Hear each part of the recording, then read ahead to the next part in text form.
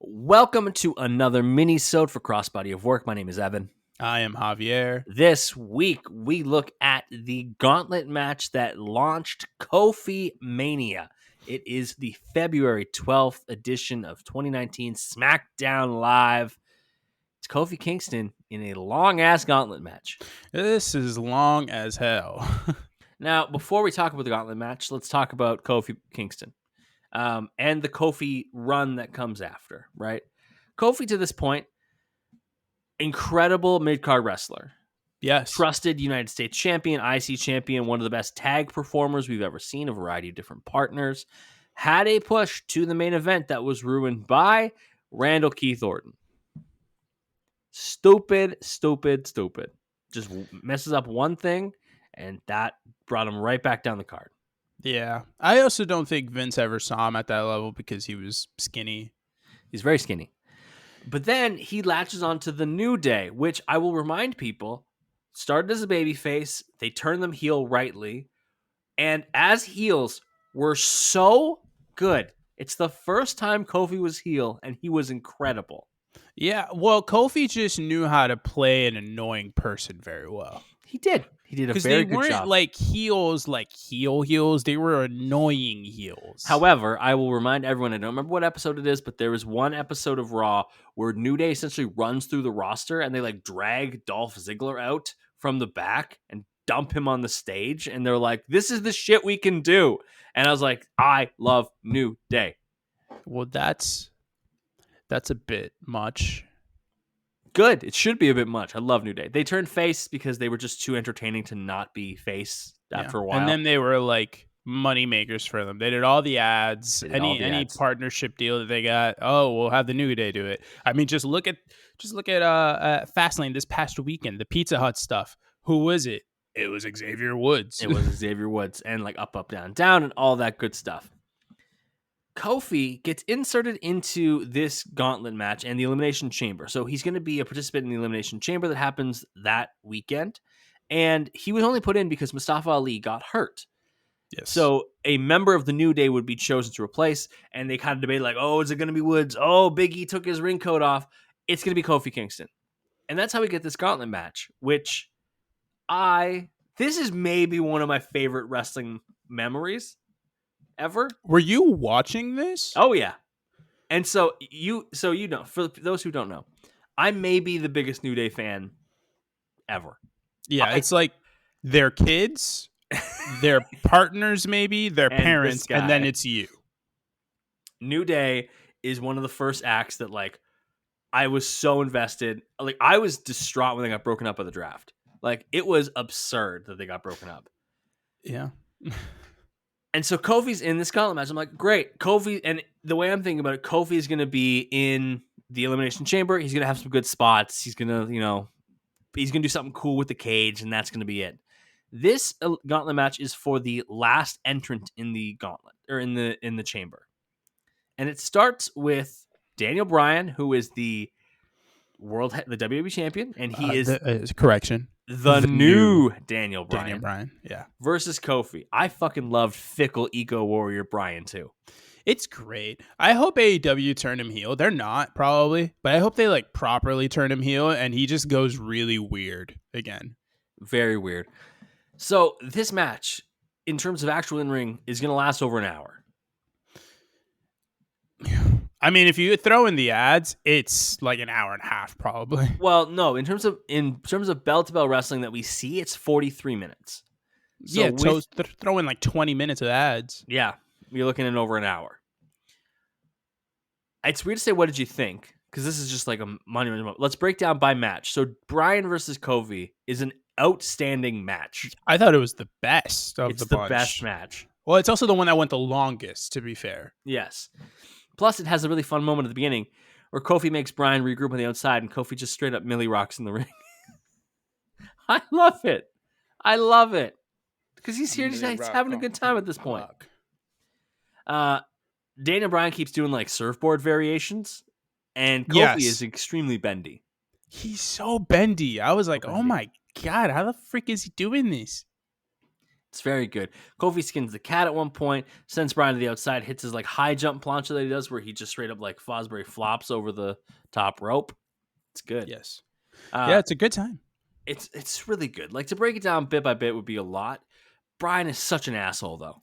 Yes, Bryan, when he does the front suplex onto the ropes, and then he does a bunch of up kicks, and he has a flying knee drop. To the back of the neck. Ugh. I was like, oh, God. Kofi ends up doing like a middle rope, like twisting flying crossbody for a near fall. Kofi's really good at doing moves that just come out of nowhere but look cool. Yes, he's very unorthodox. He's very much like Jeff Hardy in a kind of way, except not as insane, where it just kind of feels like he's making shit up as he goes. Kofi Kingston looks like he's made out of like pipe cleaners. Like, he's so bendy and he could just make things happen. He's like, how'd you get to that spot? That's weird. Yeah, you know what I mean? And he, you gotta like think, like, I think he's the only one of those types of performers where he like, I wouldn't necessarily call him a high flyer per se, because he's not like a luchador. No. But he's like, it's like I said, he's like a Jeff Hardy or like a Darby Allin, where he can do flying spots. But he really is just like a make stuff up on the fly kind of wrestler. And he's kind of like the only one of that like ilk of wrestler that doesn't really get hurt. That's true. Kofi very rarely is injured. I think he got hurt last year or something like that. It was one of the first times he's really been hurt. He was gone for like a couple months, maybe. Yeah. And it was weird. He's such a staple. He's never hurt. They trade pins for a while here. Yeah, they trade pins. We get a commercial. Kofi, when we get back from the commercial, gets locked in the LeBell Lock like immediately. Yeah. And at this point, they've been wrestling for about 20 minutes. Yeah. I think this goes just as long as their WrestleMania match. Bryan goes off the top rope for the headbutt. Kofi hits him in the face with a dropkick. Clean in the face. Rowan gets involved. He drops Kingston. That, of course, spurs Big E and Woods, who are at ringside, to attack him. I love that Big E like attacks him from the front, and then Woods just slides in from the ring, hits like the swinging dropkick to the outside. Yeah.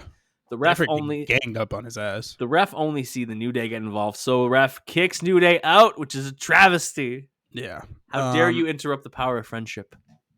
And Rowan, which is just racism at this point. And then Rowan tosses Kofi into the timekeeper area. The ref does not see it, but he sees Kofi in the timekeeper area. He looks at Rowan walking away, and he's like, was that you? That was you, wasn't it? You know what? You're done. You're out of here. It's the most logical reasoning I've ever seen a ref do, where he's like, hey, Kofi's in the timekeeper area.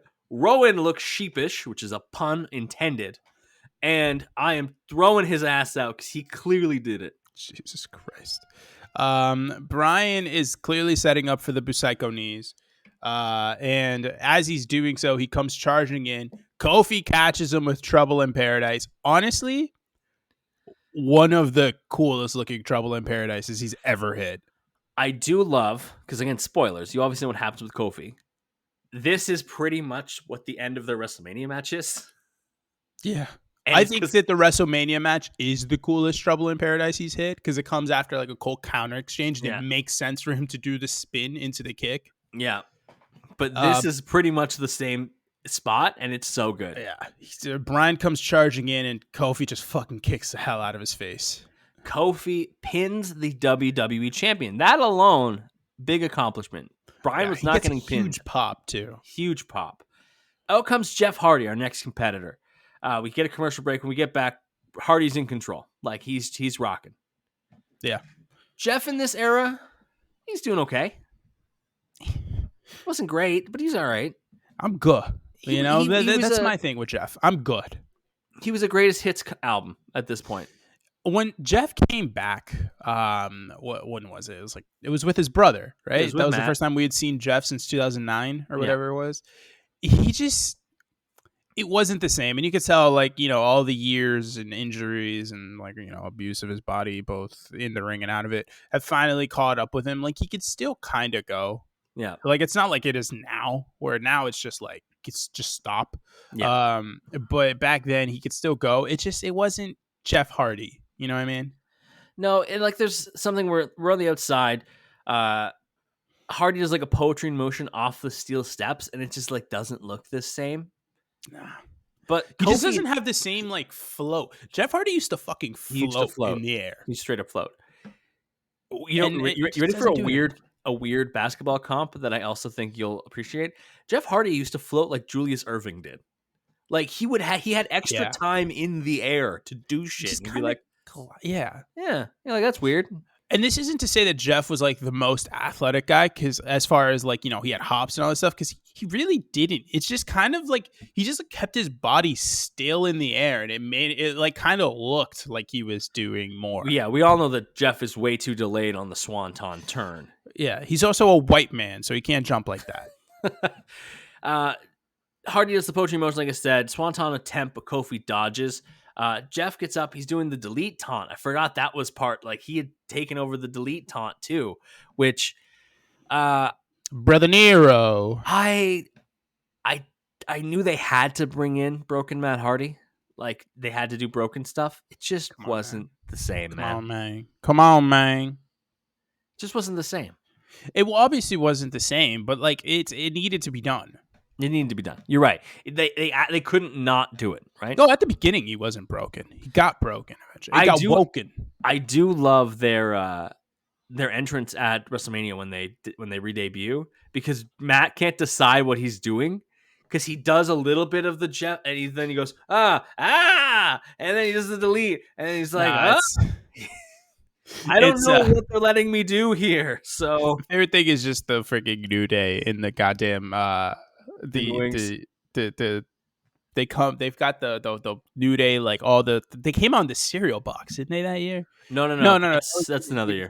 But they're dressed up in the freaking Saiyan shit, like the Saiyan like training battle suits from Dragon Ball Z, and you just see Woods with the trombone, and then Kofi's just there, like they're partying, and so like, and then a year later we're here, right? We're doing this. Yeah, now we're doing this.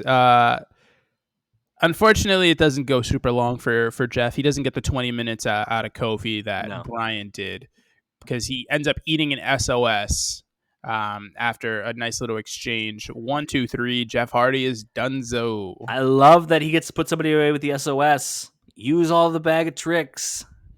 Next out is Samoa Joe. Samoa Joe, aside from Brock Lesnar, Samoa Joe has the most final boss like aura of anyone in WWE. I don't know how to explain it, but Samoa Joe's Bowser. Yes, exactly. Samoa Joe arrives, the music, the appearance, the demeanor, and you're like, I'm afraid of him. It's just he's Bowser, and I'm not talking like the Jack Black Bowser. I'm talking like Bowser from the video games, where he's actually like intimidating. Peaches. Yeah. So we get another commercial. We're back. Joe's in control. Kofi has been in the ring for 38 minutes at this point. Jesus. Joe is just hitting power moves. He has one where Kofi goes for hip toss attempt. Joe just blocks it and hits a lariat that should have decapitated him. It's a lariat. Yeah. It's a lariato. Kofi does like his crossbody plancha to the outside. We get a massive clothesline by Joe in the ring. Kofi goes for a springboard from the apron. Joe just pushes him. I love Samoa Joe. Joe hits a running senton for a near fall. He puts the coquina clutch on, and Kofi, after a little bit, is like going crazy. And then he does the WrestleMania 8 Bret Hart counter. He does. Just the jackknife, like off the rope, pushes off the ropes into a jackknife cover. 1, 2, 3. Samoa Joe's gone, and he's pissed. One little spot I want to talk about before that. Joe also had him in what I would describe as like a neck crank submission, and Kofi's head is far too far to the other side. Like, how far can you move your head to a side before it's like Kofi's ear is like on a nipple? Like, it's absurd. I mean, it kind of depends. I can go pretty far. We're doing all right. But let me warm up my neck. I can take it pretty far. Here's a random aside. The weekend that we're recording these, my wife and I got to see ostriches. I'm sorry, you live in Canada? I know. There's a farm nearby that has ostriches, so we just drove by, and their necks are alarming. Okay. I'm not going to say where Evan lives, but he lives in Canada. And it's not Toronto, you know? But it's like, it's not Toronto, but it's not exactly the Polar Express. Yeah. So it's like in between that. People know what I mean. It's like basically Maine. It's Ontario. It's essentially Maine. And we found out, well, we somebody's like, there's ostriches down there, and we went to go see them. Where the fuck are there ostriches in fucking Maine? Pretty At much. a The farm. Canadian version of Maine is where. At a farm. And they have the weirdest necks. It's so uncomfortable to look at. They're like bendy straws, but a bird. It's so weird. I don't like it. Anyways, that's what Kofi reminded me of. By the way, I had a freaking vanilla shake last night, and the straw that they gave me for it was one of those plastic bendy straws, like the straws that go like you could extend them and then. How do you drink a fucking shake with that? No, it's gotta be the straight straw. It's gotta be the strongest straw in the world. Sturdy. I need a boba tea straw, but for that. Yeah, Samoa Joe, truly the strong straw of the wrestling world. He's pissed off. He hits one of the biggest Uranagis I've ever seen. Yeah. And then locks in a coquina clutch. The next person to arrive for the match is Styles, who arrives and breaks up Joe's clutches on Kofi. Styles is like checking on Kofi. We're back from the commercial, and this is, I think, the spot that solidifies this run for Kofi. Yeah. We're back from the commercial. Kofi come back in the ring. Styles is like, you don't want to do this. Like, you don't have to. You're fucked up. It's been an hour. It's just for the last spot in the chamber. Like, relax. Kofi starts fighting back. He's like, hey man, ring the bell. I waited too long for this. You don't get to tell me to go home. Ring the bell. Shoves Styles in the face, pushes him. And that's AJ starts beating his ass. Crowd's going nuts. And AJ is like, all right, that's fine. Clocks him. Yeah, Kofi's going for desperate pins. He wants this to just be over, as quick as humanly possible. He's not able to get any. There's a couple close near falls, but he's not able to get them done. Nasty backbreaker by AJ Styles that they showed on replay like 4 times. It is brutal. It's brutal. Also, during that stretch where he's doing the reversing pins and Kofi's going for lots of different roll-ups and crucifix and things like that, Corey Graves on commentary says, this could be a career-defining performance for Kofi Kingston. Buddy, you have no idea. Yeah. Just wait until Sunday. Yeah. That massive backbreaker happens. Kofi goes for a knee strike on the apron, goes legs first into the ring post, and manages to crawl back into the count of 9. Styles goes for a top rope Frankensteiner, but Kofi kind of holds his spot. Hits a splash to Styles' back, which I thought was going to eliminate Styles. Styles kicks out. Then Styles does lock in the calf crusher. Kofi has to tap. Yeah. And almost immediately, because as you should, a calf slicer is going to... I've said this before on the regular pod. A calf slicer, like legitimately put on, is probably the submission hold that hurts the most. Yeah, I would not want to do it. It's bad. Yeah. It is genuinely bad. It is like any mixed martial artist puts that on, the person taps immediately. New Day come out and immediately come pick up Kofi and help walk him to the back. Kofi's a made man after this performance. It's great. The last entrant is Randy Orton. His music hits. He arrives from behind and doesn't even hit. He just hits an RKO. That's it. He doesn't turn AJ or nothing. He just AJ standing there. Orton comes from behind him. I'm gonna use my phone. My phone is Orton. Just comes from behind. That's it. Done. 1, 2, 3. We're out of here. Randy Orton gets the last spot in the last entrance in the Elimination Chamber. Now, for those who don't know the story, Kingston obviously lost the Elimination Chamber match to Bryan. He was the final guy, or no? I don't remember if he was the final guy or not. I want to say that he was. Did he get the Santino spot? I think he might have gotten the Santino spot. I want to believe he got the Santino spot. He did. Yeah. He did get the Santino spot. Everyone was on board. KofiMania was born. Everyone was Houston was on its freaking feet that night. Everyone was ready. At Fastlane, Kingston was apparently granted a title match by Vince, but instead was put in a handicap match against The Bar. Kingston lost. After Fastlane, Vince said you can earn a WWE Championship match if you beat Sheamus, Cesaro, Rowan, Samoa Joe, and Randy Orton in a gauntlet match. He beat all 5 of them in a gauntlet match. But then he brought up Daniel Bryan as the 6th man, and Bryan won. Then there was the gauntlet match where Kofi said, I'm not a B+ player. And Vince had a whole thing about well, are you part of a B+ tag team? And made the New Day, so made Woods and Big E defend Kofi's spot in a world title match in a tag gauntlet, and he had to beat the Good Brothers. They had to beat Brian and Rowan was the last ones. The Usos. The Usos is the best spot of all time. I think were the Bar there? The Bar were in it. The Usos spot. So the Woods and E have made it through 3 different tag teams. The Usos, who've had wars with the New Day. Literal wars. It's one of the... It not even one of. It is the most iconic tag feud of the modern era. The Usos come out, and like Woods and E is like on the ground, and Woods is like protecting him. Barely. The Usos come out and they say like, "Hey, we've gone to war like with the New Day. You know that Kofi's earned the respect of everyone in the back. He's earned the respect of us. He's earned the respect of these people, and because of that, we forfeit. Us. Good luck." Okay, I know I'm the biggest New Day fan. Whatever. Yes. This might, aside from Kofi legitimately winning at WrestleMania, of the whole feud, this is the power of friendship in a. It's so fucking good, and again, it's one of the best stories that they've ever put together. It should. People should evolve. And the Usos had, New Day's earned the respect. Kofi's earned the respect. They've had all these wars. It makes sense. It's like, yeah, man, we're not gonna fight you. So fucking good. Yeah. And listen, man, it needs to be said, the natural progression of the Usos as like these cognizant, emotional beings in pro wrestling is crazy, because the way that they are able to evolve themselves. I mean, just look at the whole bloodline story and the development and evolution of Jey Uso from like, all right, so I'm starting to get a little love here as a singles guy. I'm starting to get it going. All right, I'm now with my cousin. It's me and my cousin, and now I'm like, oh, I'm main eventing things. I'm winning matches on my own, but suddenly it's like my cousin's kind of an asshole.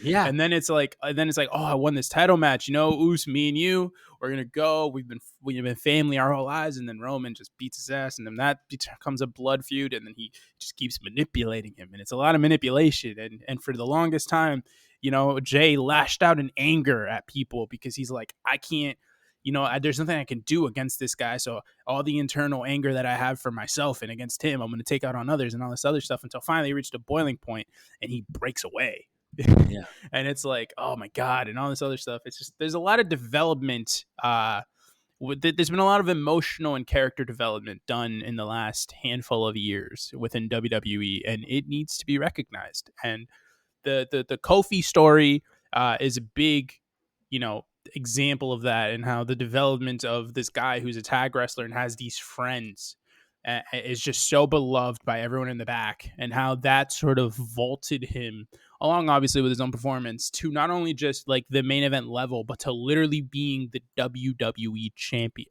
Yep. And it all started with that gauntlet match. Kofi Kingston would win at WrestleMania 35, which I swear to God, there was nothing I trusted less than Vince McMahon to do the right thing and put the belt on Kofi. I was on pins and needles the whole match, and then when he finally won, and the celebration, and it's him and his kids, and then Woods is bawling and Big E's there. It's great. Kofi would have a not great reign. He didn't have great feuds. Beat a lot of great performers. Yeah, he did, but the feuds were weird.